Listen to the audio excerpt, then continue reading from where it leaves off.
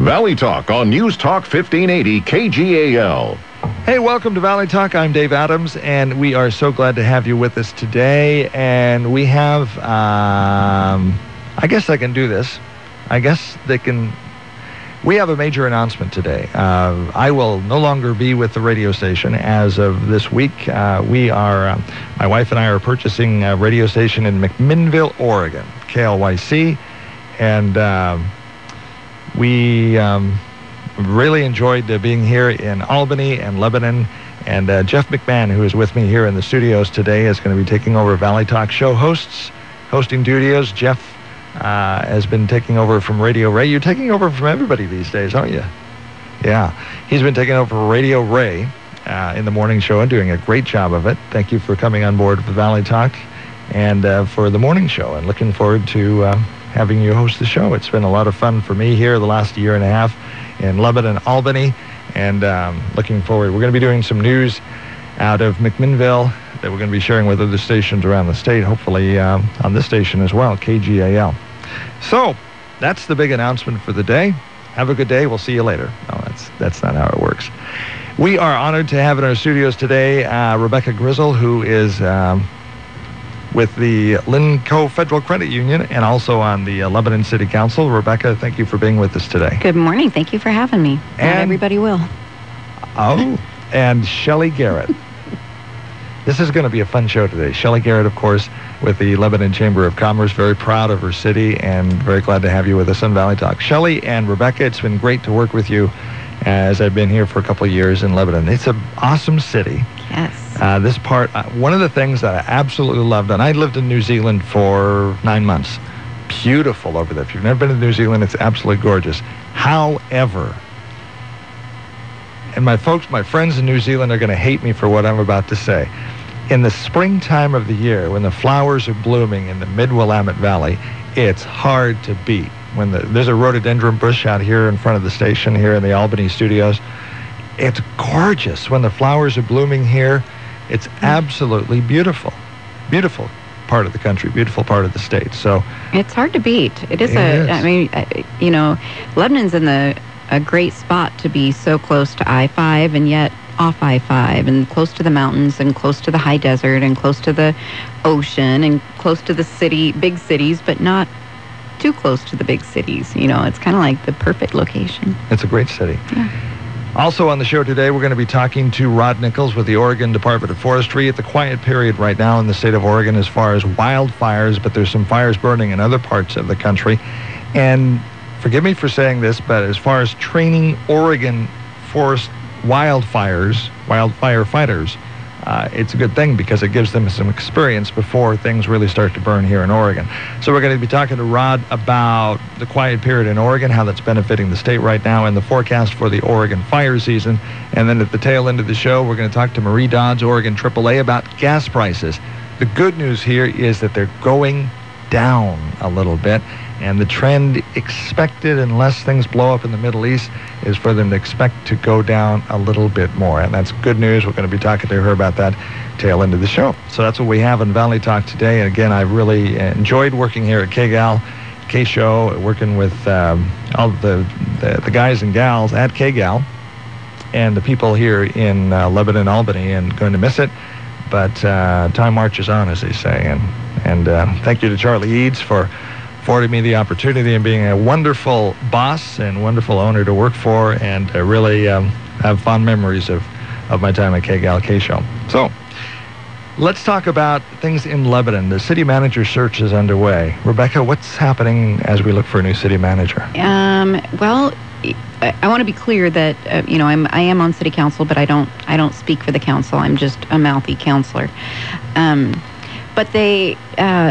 But there's really good things going on with the city manager search. We're very close. We've got 4 outstanding candidates, and this coming up July 11th and 12th will be a meet and greet, and then some final interviews so we can get to know them. I will sadly be in Alaska, so I will not be able to partake, which is sad because, I am probably the smartest counselor we have, and I'm just kidding. But yeah, so we're very, very close, and we've got some really high quality candidates. Can you tell us about the candidates? I'm kind of catching you off guard here, and we don't have our notes in front of us. You really are, Dave. I'm sorry. No, I'd get away with that because I'm not going to be here next week. I didn't bring any specifics about the candidates, but I mean, I know there's, I believe there's a story on LebanonExpress.com that has kind of just little snippets about each of the candidates. So it's going to be very exciting. I think we can't lose. Impressed with the caliber of the candidates? Yeah, I think much more so this time around than the last time around, and I think, Lebanon's got a great energy right now, and I don't think we'll lose any of our positive momentum with any of these candidates. Now, some of the things we're going to be talking about is just personal opinions. Now, she made a caveat statement here a moment ago that the opinions she expresses, and then she expressed one. Yes.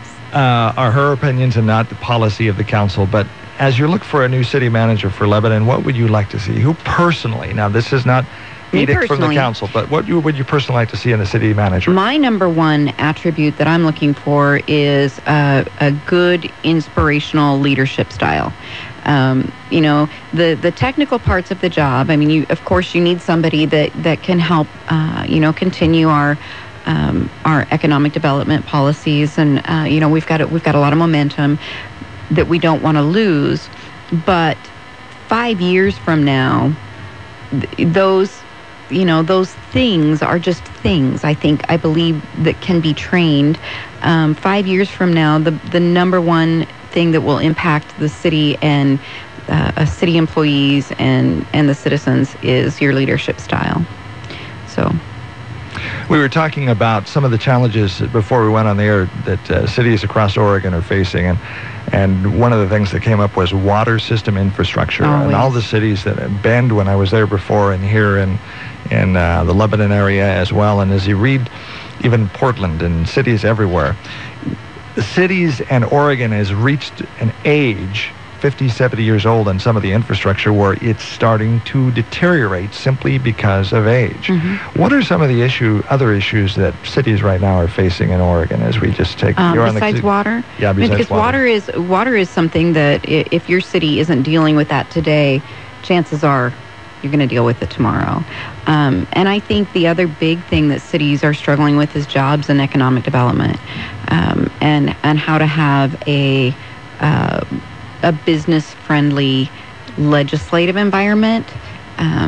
There are some things you can do as a municipality to help attract jobs. Everybody wants jobs, and are you doing those things? So Lebanon has some good stories to share, some positive successes in mm-hmm. economic development.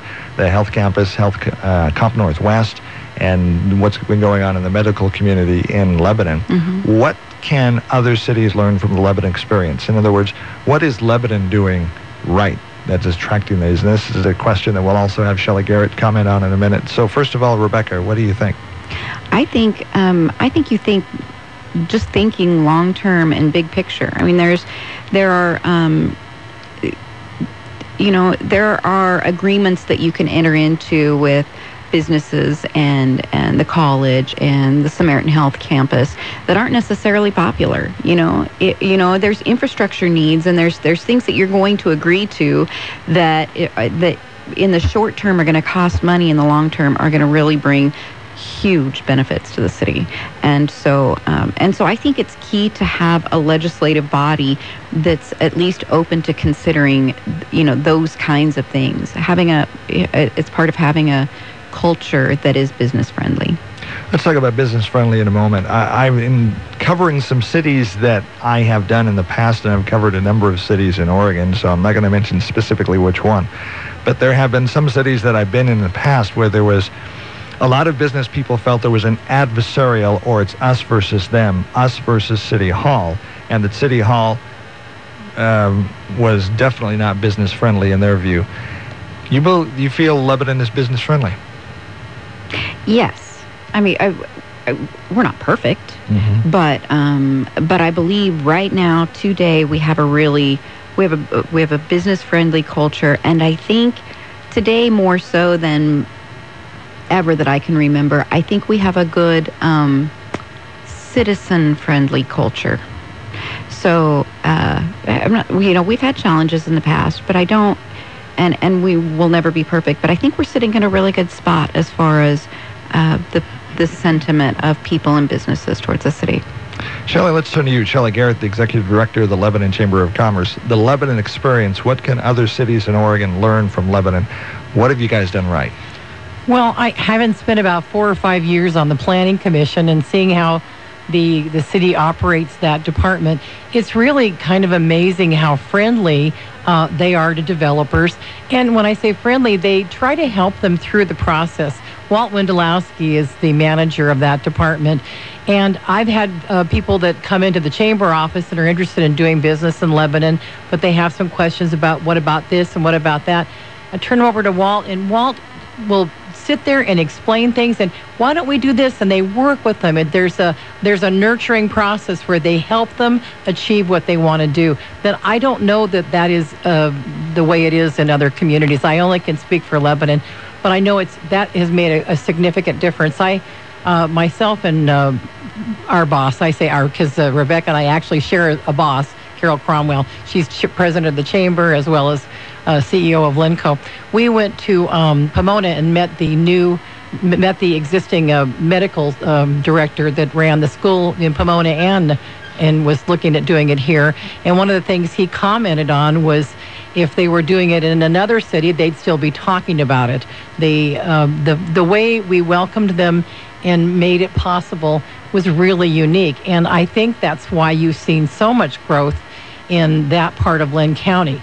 So it's a very good thing. And not just Lebanon, the whole county benefits from the growth that's happening here. And I know we get a lot of attention because we've got several exciting projects going on.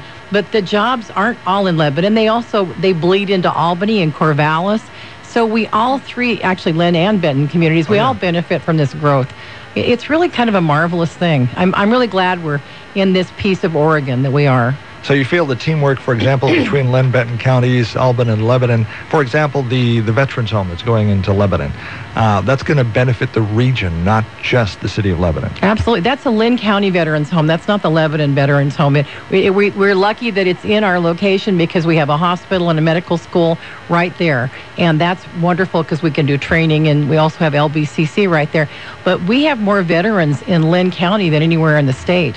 So it's going to benefit our veterans from all over Oregon. They don't have to go up to the Dowels. They can come here to Lebanon. So that's a very good thing. How could that not be good?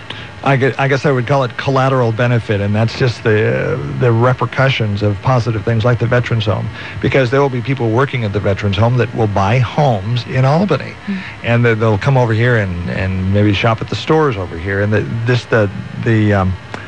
the collateral benefit. You've heard the term collateral damage, and there's also a good thing. Collateral benefit, or the residual effect from positive economic advances in Lebanon, will benefit the entire region. It's even with the Jamboree, the Sweet Home's wonderful Jamboree. When the Jamboree comes to Sweet Home, Lebanon sees growth in our business because we have people stopping and picking up food or shopping. It's really good for the whole region. Things like that benefit these smaller communities, benefit the entire county, in my point of view. Let's digress here a little bit. City manager search.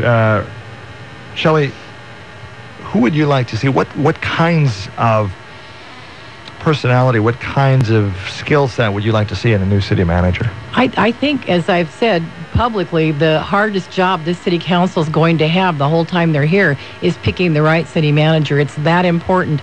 The city manager has to be able to sit down at the governor's office and talk to him about Lebanon. He's got to be able to sit at the senior center and listen to seniors telling them what's going on or what their needs are. He's got to speak at a business luncheon to small businesses and large businesses. He has to represent our community in the Council of Governments. I can't even hardly imagine one person that's able to do that. but he's there, and or he or she. There's no men, there's no ladies in the packet. I read that in the paper, so I can say he is there. It's going to be a really remarkable opportunity for someone, and I am so excited. You know, we've got a new mayor and new city council, and they are working so well together. I have to attend. I say have to because sometimes it's like punishment. I have to attend every city council meeting, and I've enjoyed it since the new turnover in city council and mayor, because they've been positive meetings. They're respectfully. They don't always agree. They debate, but they debate respectfully, and they get things accomplished. It's really, I'm proud of our city council and our mayor and our city management, and I see the employees in the city. They're very happy now. I'm really just happy about the whole changes and the direction we're going in, and I know that the city manager, whoever he will just be the icing on the cake. So, Rebecca, as far as a new tone in city government, we've got the city manager, we've had the new mayor for Lebanon here on Valley Talk several times, talking about wanting to have more communication with the public, and looking for ways. And in fact, we did a show at Mama's Fine Italian, and he was one of the guests on the show talking about how to open things up at City Hall. You feel like there's a new era in Lebanon City Hall where people have better input into their government? Yeah, I mean, I think in certain ways, I love Ken, who's our old mayor. I'm a Ken fan, but I've quickly become a Paul Aziz fan as well. I'll die if he hears me say that on the radio, because it'll just make his head swell, and I don't want that. But no, he's really got a good... We can edit that out. Yeah, can you do that, okay, please? Yeah. He's really got a positive, forward-thinking leadership style, and he's open to listening to people, and we've put in place some things like a new communications policy that really speaks to how we communicate with the press and how we communicate with the citizens, and those kinds of things are good to think about openly, and during the election it was all transparency, and I think since the election, yeah, you've seen some changes that make people feel more listened to and make people feel valued as a citizen.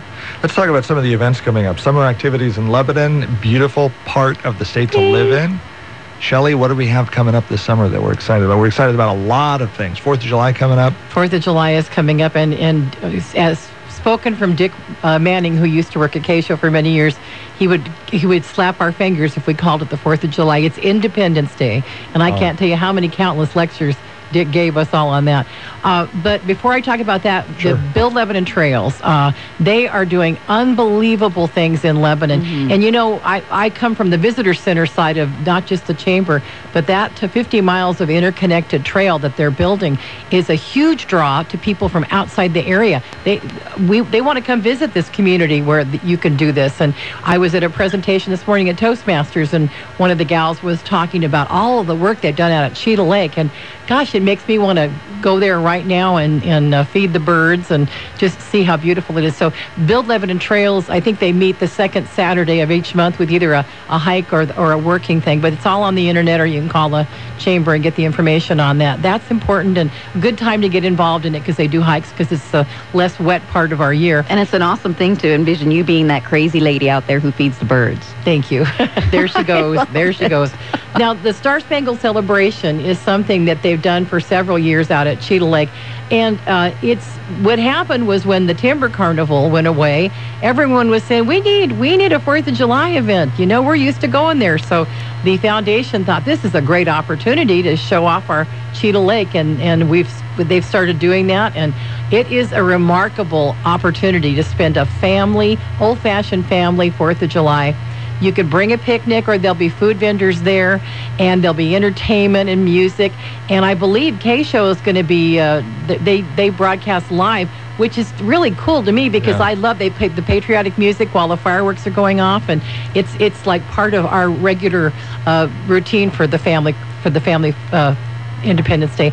The wall of fire is to be not. You have to see it to believe it, and that's really cheap. I think it's is it $10 for a carload, or you can walk in for free. I mean, what a bargain! Yeah. And that happens at Cheetah Lake on the 4th of July. Now, last year's 4th of July was the first one I experienced at Cheetah Lake. That was amazing. The wall of fire, and then having the station involved, and we were out there with wireless mics talking to people in the crowd. That was a lot of fun. It was. You got to hear it on the radio. You're doing it. You can't hear it. It's great. It's so much fun to be involved in. One of the philosophies I always had in broadcasting that we're going to take up to KLYC in McMinnville is, I hope I don't have to pay for all these plugs I'm putting on KGAL, but to get involved in the community. And that's one thing that Charlie Eads does a really, really good job of, in the staff at KGAL K-Show, is getting involved in the community, getting involved in a lot of the events. Charlie's very well respected in the community. I can understand why.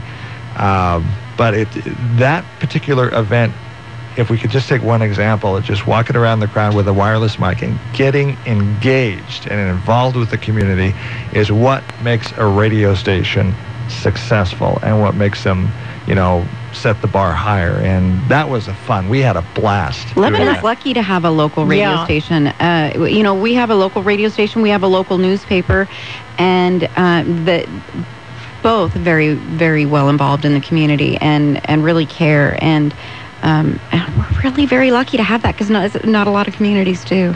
No, and speaking of Charlie, and you guys know I worked for him for 13 years. Sure. He's got the biggest heart of anyone I've ever met. Imagine letting his radio station serve the community the way he has. And I mean, a nonprofit will contact him. His love for music, he'll help kids with the band, not rehearsals, but recitals. Or I hope he's not listening. This is really going to go straight to his head. And then the business with the Star Spangled Celebration, the Mondays in Monteith.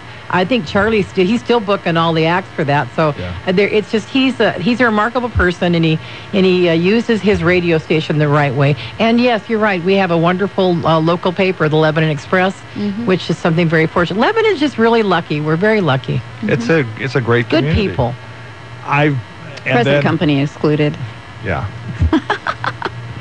The Leadership Awards. What is the name of the awards? The Distinguished Citizens Awards. Oh, Service Awards. Distinguished Service Awards, yes. And I went out, interviewed these people, and I've actually worked with a lot of them before they receive those awards, and I can tell you why they receive those awards. They're amazing people that have a vision to help the community, and some awesome people in Lebanon. And Dave, Albany as well. The more the money goes away in our economy, the more funding our nonprofits need. So if you didn't have these kind of leaders that stepped up and fundraised and helped them, these organizations would go away. These are the people that are the backbone of our community, these leaders that are recognized at Albany's and our Distinguished Service Awards events.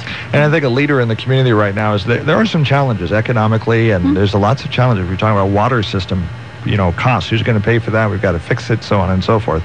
But as you look in history, today's Fortune 500 companies, a lot of those were birthed during the Great Depression.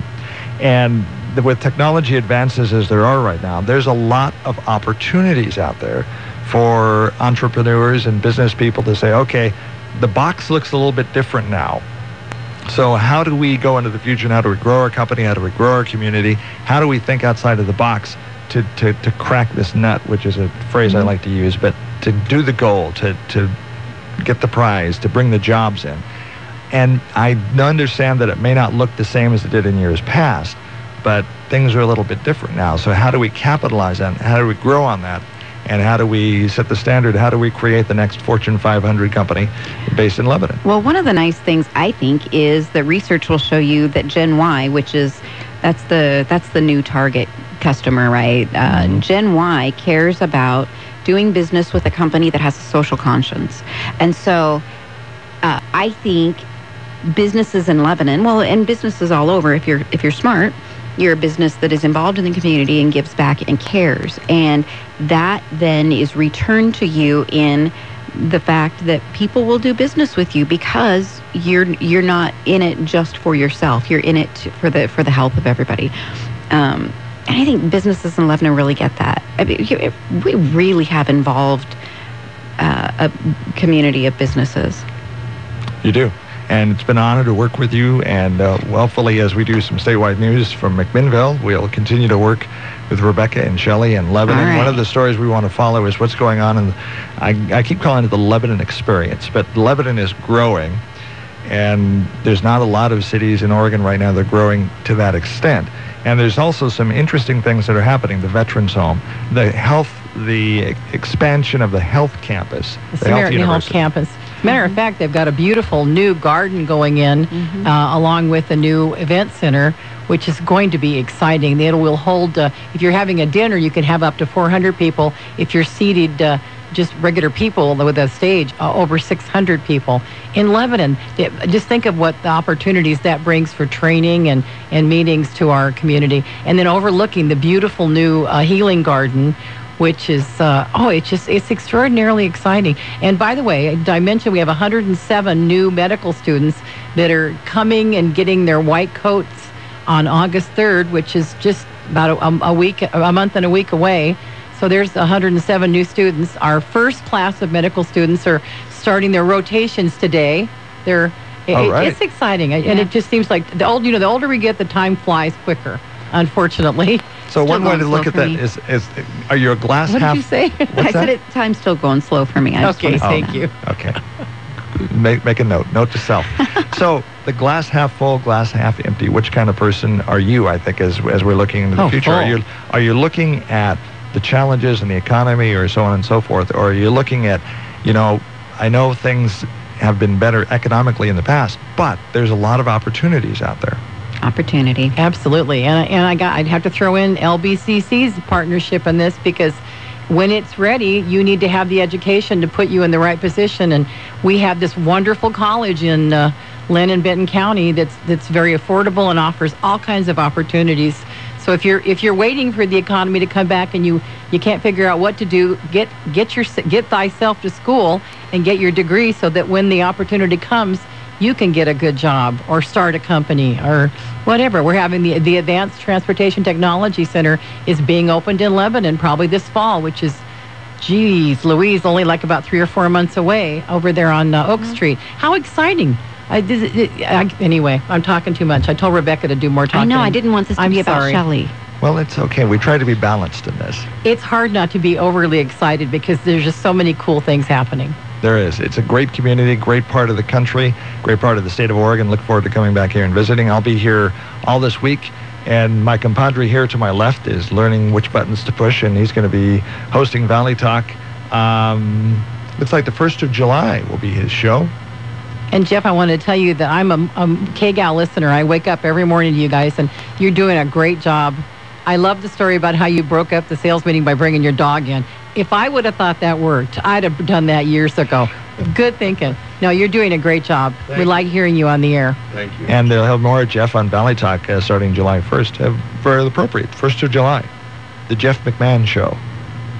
Or Valley Talk. Okay, well, I'll talk about that later. Okay. Hey, thank you for being with us today. Thank you. Rebecca Grizzle, Linco Federal Credit Union, also on the Lebanon City Council, and also Shelley Garrett, Executive Director of the Lebanon Chamber of Commerce. We're going to continue. We're going to change gears here a little bit, talk to Rod Nichols, Oregon Department of Forestry, on wildfires. And we'll do that when Valley Talk continues. Here's Bob Kahn, owner of Mama's Fine Italian and Wine Shop. Because of numerous requests, I am now excited to announce that Mama's Fine Italian is going to be open on Sunday for brunch at 11 a.m.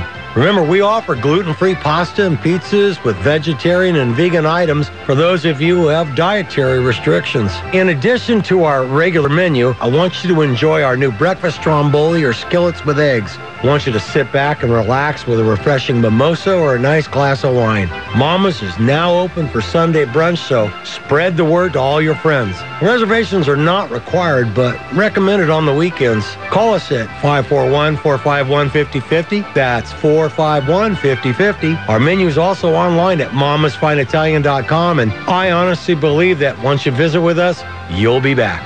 Mama's Fine Italian and Wine Shop on Oak between Main and 2nd, across from the Big Blue Napa Auto Parts building in downtown Lebanon. Are your teeth loose from gum disease? Are you headed for dentures? Did you know inflammation of infected gums could contribute to diabetes and heart disease? Now there's great news from Dr. Dennis Clark. Dr. Clark's skillful use of laser periodontal therapy will dramatically help hundreds of Mid-Valley patients. Bleeding gums heal, loose teeth tighten, the bone even grows back.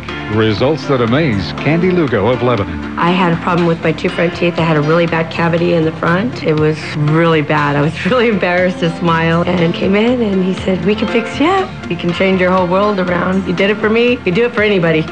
Simply put, gently applied laser light removes bacteria and diseased tissue, which means less inflammation and a fast, comfortable return to firmer teeth and a normal routine. For a free consultation about the no-cut, no-sew, no-fear solution for gum disease, call the laser dentist. Dr. Dennis Clark in Lebanon at 451-1440. That's 451-1440. 60 years ago in Philomath, Oregon, 3 couples had an idea for a community event. Thus was the beginning of what will become the legendary Philomath Frolic and Rodeo. Here's the Philomath Frolic and Rodeo Queen for 2013, Jennifer Stewart. The Philomath Frolic and Rodeo is going to be held July 11th through the 14th in Philomath. We have 4 NPRA-sanctioned rodeos, Lions Club breakfast, beef and chicken barbecues, the kids and Main Street parades, rodeo dances on both Friday and Saturday night, old-fashioned fiddle jam, musical Christian cowboy church service, bingo, kids corner, and much more. I'll be looking for you at the 2013 Philomath Frolic and Rodeo. Thanks, Jen. The 60th annual Philomath Frolic and Rodeo, July 11th through the 14th in Philomath, Oregon. Voted the best NPRA rodeo in the Northwest 8 times by the NPRA. For tickets and more information, go to philomathrodeo.org. Clarity over agreement. Expected from Dennis Prager, weekday mornings at 9 on Smart Talk 1580. Welcome back to Valley Talk. 11:37 is the time. Rod Nichols is on the phone with us. Rod is with the Oregon Department of Forestry, and it is summertime. You love summertime here in the state of Oregon, but one of the things that does happen is things get warm and things have a habit of catching on fire every so often, and Oregon has been known to have some rather large fires. Luckily, right now, there are no fires burning, at least large ones. The large fires are burning in other states. Rod, thank you for being with us on Valley Talk today. Certainly. Glad to be here. So it is a quiet period, as we were talking about before we went on the air, quiet period in Oregon, but the benefit to Oregon wildland firefighters is it gives us some experience in somebody else's ground, doesn't it? It's perfect for us because we share our available personnel with other states that have needs. Right now we have 42 employees dispatched to 4 other western states. What are the states that are burning right now? Alaska is the hot spot currently. We have about 25 employees up there, and then New Mexico is very active. We have 13 Oregon Department of Forestry employees there, then 3 in Colorado and 1 in Arizona. Forecast for Oregon wildland fire season, what's it look like? Well, we're hearing a lot of forecasts that say probably an above-average season, so that would be more active than last year, which was fairly mild in most of the state, although a record number of acres burned in the grasslands of south central Oregon. Why are you expecting that kind of a season? Based on snowpack, we had lower than average snowpack in most of the basins throughout the state, and we've had some warming early in the spring, so essentially our snow is gone, and then generally the forecasts are for below average precipitation on through the summer. It always gets down, though, in Oregon to what kind of lightning activity we have. It's the dry lightning storms, those thunderstorms without any significant precipitation that cause the big fires, so that's always tough to predict. What about catastrophic wildfires? It just seems like any more than we turn on the TV and we see these million-dollar homes in California up in flames. Are we seeing more catastrophic wildfires, or are we seeing more people build into what's called the wildland-urban interface, where they're building homes into the forest or near the forest and those homes are catching on fire? What is the story here, and why are we seeing so many catastrophic wildfires, and why does it seem like it's getting worse as time goes on? Well, certainly the latter statement there, that people are building into those wildland areas, is the primary cause. It used to be that fires would occur in those remote areas, and it was not a great deal to have happen in most cases, but it wasn't burning up property. But now people live out there in what we call the wildland-urban interface, and so we're losing homes as a result. Is that a big problem here in Oregon? It has been in the past. We've had a few notable fires over the years that did burn up quite a few dwellings. Oregonians, though, have gotten pretty well educated about what to do to make their homes less vulnerable to wildfire. How do you do that? There's a way to do that. When you build homes in the wildland-urban interface, in fact, there's a model home that's, and I don't have the news release in front of me, maybe I'm sure you're aware of it, we can talk about it, but there is a model home, I think it's Silver Falls State Park, isn't it? Actually close. It's in Silverton. Silverton. We call it the Fire Safety House, and it's built on the grounds of the Oregon Garden and destination resort. Examples, ways to build in the wildland-urban interface. This was a 1970s home that was remodeled to be kind of an example to homeowners of what they can do to their existing homes. And there's nothing magic about it. It just has fire-resistant siding and a roof that will not ignite if an ember were to land on it. And the landscaping is the key to having your plants that you have around your house of a species and arrangement that will not draw a fire to the structure. Another thing also is roofing material is very important, and I'm sure our listeners have seen video on TV news where you can see one home that's not on fire, and then you can see a home next door that's a blazing inferno, and then you can see it's kind of this patchwork where certain homes aren't burning, and then certain homes are a bonfire. Well, that's right. And we learned a lot from some of the catastrophic fires in the past decade or so that people who were maintaining their roofs and cleaning their gutters and making sure there weren't pine needles or leaves collected on their roofs and in the rain gutters, oftentimes their homes were passed by. If an ember landed on it, it just sat there and smoldered and didn't do anything, whereas other houses that had a lot of pine needles in the gutters or on the roof, they got a fire that smoldered and then burned up under the underlayment of the roof and then took the entire house down. Now, if you have questions about wildland fires or forest and healthy forest, by the way, we want to put a plug in here. Starker Forest, which is a private forestry company here in the Mid-Willamette Valley, having forest tours started last Wednesday. In fact, we're going to be going on the tour this Wednesday. If you want to go on the tour, it is free of charge. Simply call Visit Corvallis and reserve a spot on the tour. We're going to be interviewing some people. Now, if you're going to be going on the tour this Wednesday, the 26th, don't want to be interviewed, we won't interview you, but we're interested in finding out what people learned from this trip with the Starker Forests on how healthy forests are grown and questions and so on and so forth. So looking forward to that. Again, Visit Corvallis is the number to call to reserve a spot for this Wednesday's tour, and we leave at right about noon in Corvallis. So check that out. Tips for people as they're camping in Oregon's wildlands. What do we do? A lot of it is just having some common sense about things such as campfires. That's one of the big causes of fires from recreation. Before you build a campfire, of course, make sure that they're allowed under the current regulations. And then if you do, you can build a fire. Go ahead and clear out that area around the campfire so there's no vegetation anywhere near it, just down to the soil. And then if you build your campfire there, there's very little chance that the fire will creep out of the fire pit and ignite the vegetation and then create a wildfire. Another really important thing is to look up and make sure you're not building the campfire with overhanging limbs or shrubs where a spark might catch that vegetation. Another thing that sometimes causes wildfires is people will unwittingly build a fire on top of a shallow buried root, for instance, of a tree, and that fire can actually ignite the root of the tree and then have a smoldering fire that will not even turn into flame for possibly days. That's always been amazing to me, and I've seen it happen where a fire can smolder underground, like your tree root example, for days, even a week or so, and then it starts to dry. The weather starts to dry. Maybe the winds pick up. We get a dry part of the year, and all of a sudden you've got a forest fire from a camp that may have been there a week and a half ago.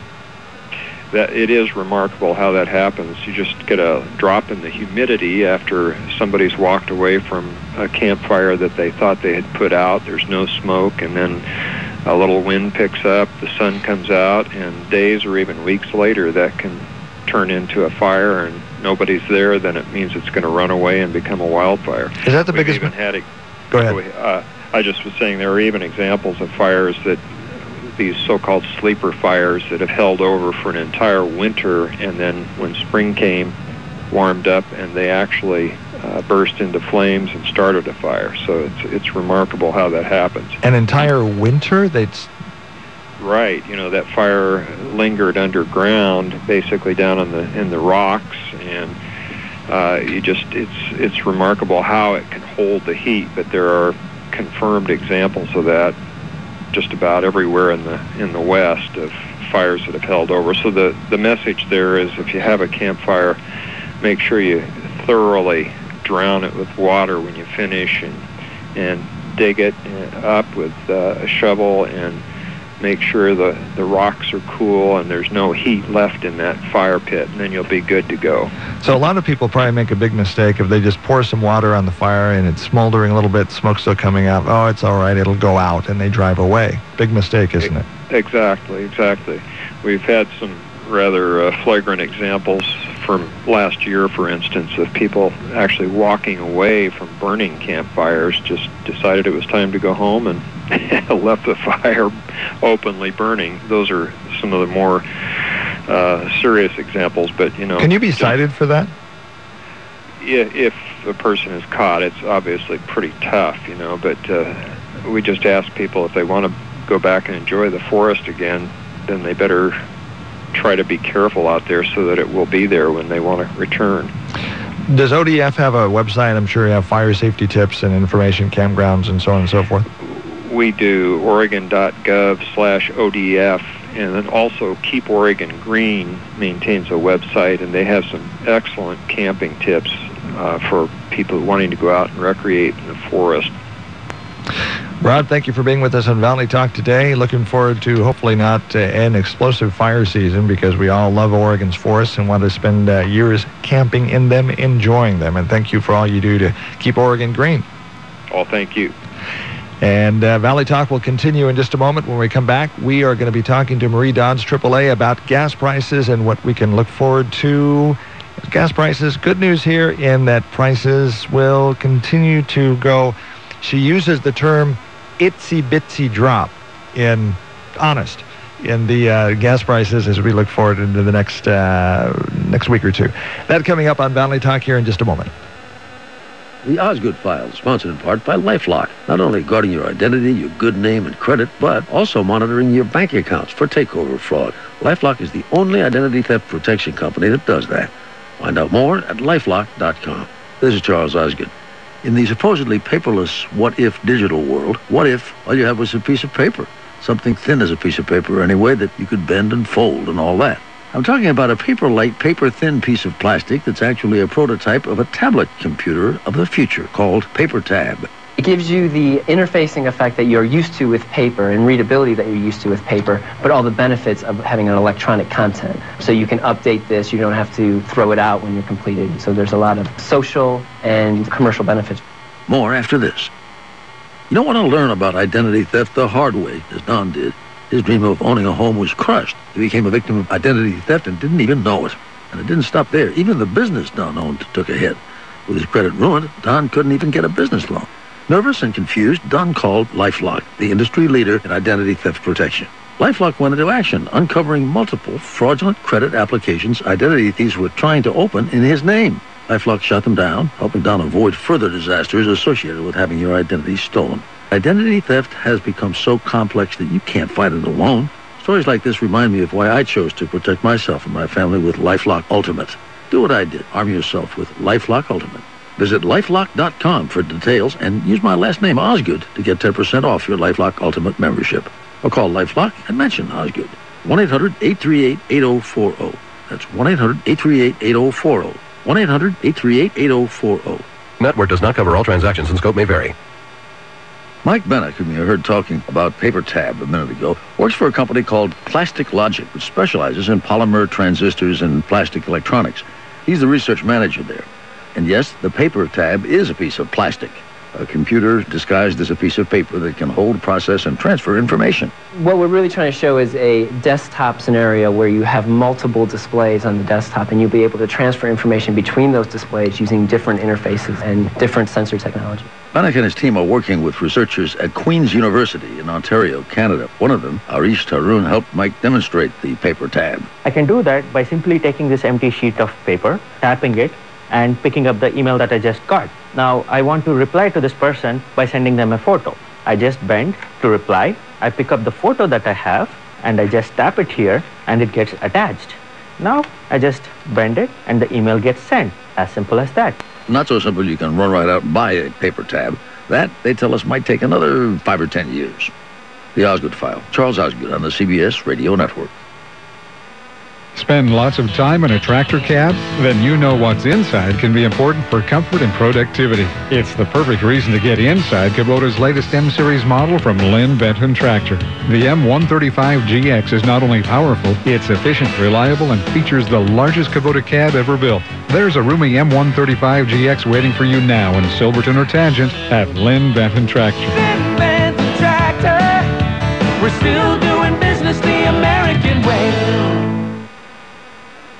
Is a bad credit score keeping you from getting the things you want? If you've been denied credit, paying high interest rates, or just concerned about your credit report, then call the experts at creditrepair.com. At creditrepair.com, our name says it all because it's all we do. With over 15 years of success helping people find solutions to their credit score problems, we know our strategic 3-step credit repair process can help you. Call today for your free credit consultation and learn how to turn your credit score into the key that unlocks the door to the things you want. From a car to a house, even a new job. It only takes a few minutes, but what a difference it could make. When you call, you'll also get a free credit report and credit score. Join the thousands of men and women who trust creditrepair.com as their credit repair partner and call 800-280-9107 for your free consultation. 800-280-9107. That's 800-280-9107.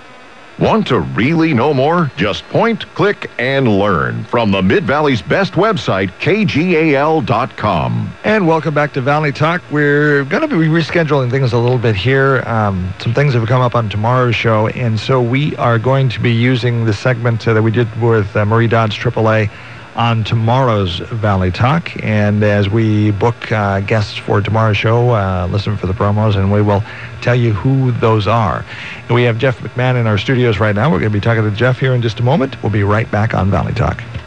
Another fun event is coming up at the Mennonite Village, and you are invited. The McManus Comedies, featuring A Fine and Pleasant Misery, written by Patrick McManus and performed by Tim Behrens, will be presented July 26th at 7 p.m. The side-splitting one-man show introduces 12 zany McManus characters, from Rancid Crabtree to daft old Mrs. Swisher, from Strange the Dog to a deer on a bicycle. The McManus Comedies are family-friendly, hilarious stories about growing up in rural America. He is one of the most popular authors in the country, where his 23 titles have sold more than 6 million copies, and 5 of his collections of short humor have made the top 10 on the New York Times bestseller list. Yes, indeed, it promises to be a fun evening on the 26th of July, 7 p.m. in the Oak Creek Christian Center, just south of the Mennonite Village campus on Columbus Street in Albany. $15 tickets are available online at MennoniteVillage.org. Information is available by calling Whitney Olson at 541-704-4247. There's a lifetime of reasons why I went to Awesome DeFore Funeral Home for pre-planning. By making the decisions ahead of time, my family knew what I wanted and didn't have to struggle over what to do or how to pay for it. It was much easier for the advanced planning consultants at Awesome DeFore to guide me through the process than it would be for my loved ones. And I know I can count on Awesome DeFore to make sure things go smoothly when the time comes. Awesome DeFore Funeral Home on Ellsworth in Albany. Celebrate Japan at the 16th Annual World Beat Festival this weekend at Riverfront Park in Salem. World Beat 2013 will feature a non-stop program of international music and dance with special guests from Japan. Experience everything from Japanese cooking lessons to Rakugo Japanese comedy to a kimono fashion show. Headline band Gary Small and the Coyote Brothers will perform Saturday evening, leading into the grand finale with Portland Taiko, Earth and Descent's Fire Dancers from Eugene. Recently named Best Performing Arts Festival, this year's World Beat features non-stop fun for all ages. Feast on the ethnic food and shop for clothing and gifts from distant lands. Join the celebration Saturday from the Small World Parade kickoff to the Lion Dances of Tako Fuji Dance Company. On Sunday, cheer on the World Beat Dragon Boat Races. Feel the heartbeat of the world at Salem's Riverfront Park this weekend. For more information, visit worldbeatfestival.org. World Beat is sponsored by Fisher Hayes CPAS, Oil Can Henry's, Salem Food for Less, and Mega Foods. Painting is a simple pleasure when you get help from the friendly folks at Economy Supply Building Center. That's because Economy Supply is your neighborhood Ace Hardware and Contractor Center. So they know how to use and can help you select the right Ace Royal paint at a price you'll love. Colorful, high-quality Ace Royal paints start at the everyday Economy Supply low price of just $23.99 a gallon. Remember, Ace is the helpful place, and you'll find Economy Supply Building Center where Highway 34 becomes Tangent Street in Lebanon.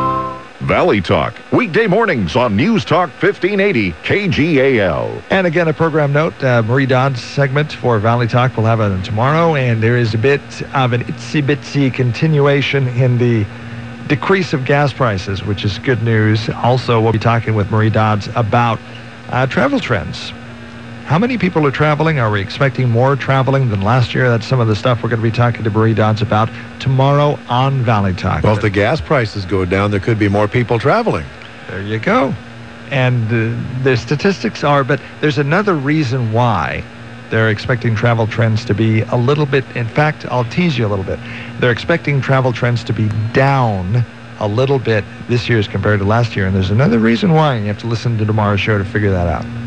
Kind of a puzzle for you. Jeff, I'll be listening. Welcome to Valley Talk. I'm looking forward to having you come and take over the show, and I'm looking forward to doing what I'm doing in McMinnville, but this is another opportunity. You've just kind of come on board here, and now you're, I don't want to say taking over, but you're you're having a lot.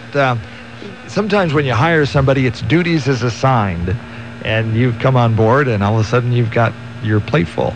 My plate is full of duties assigned. Yeah. You know, Dave, it was about a month and a half, maybe 2 months ago, I was thinking to myself, gosh, I wish Charlie Eads would call me and say, Jeff, we've got a place for you here. And now in just a few weeks, I'm not only hosting the morning show, taking over for a legend, Radio Ray, I'm taking over for a second legend, Dave Adams on Valley Talk. Okay. No. And I wouldn't call myself a legend. I'm just a guy that... You're too young to be a legend. There you go. Yes. But, yeah, I was not expecting that at all. So, but what an honor. And what a great facility we have here, an opportunity to just make this great facility and signal and station available to people around the community who have events, who have causes, who have interesting stories to open up our airwaves to hear what they have to say. Yeah, this is a wonderful studio here in Albany, a great interview studio for a talk show, and thank you, Charlie, for the opportunity you've afforded me for the last couple of years. It's been an honor to work for you, and look forward to keeping a friendship going and maybe working together with 2 radio stations as we go into the future. And Jeff McMahon will be here. His first solo show will be July 1st, and be letting you know what that is all about, and looking forward to good things coming from you as KGAL K-Show continues to cover and be engaged and involved in the community.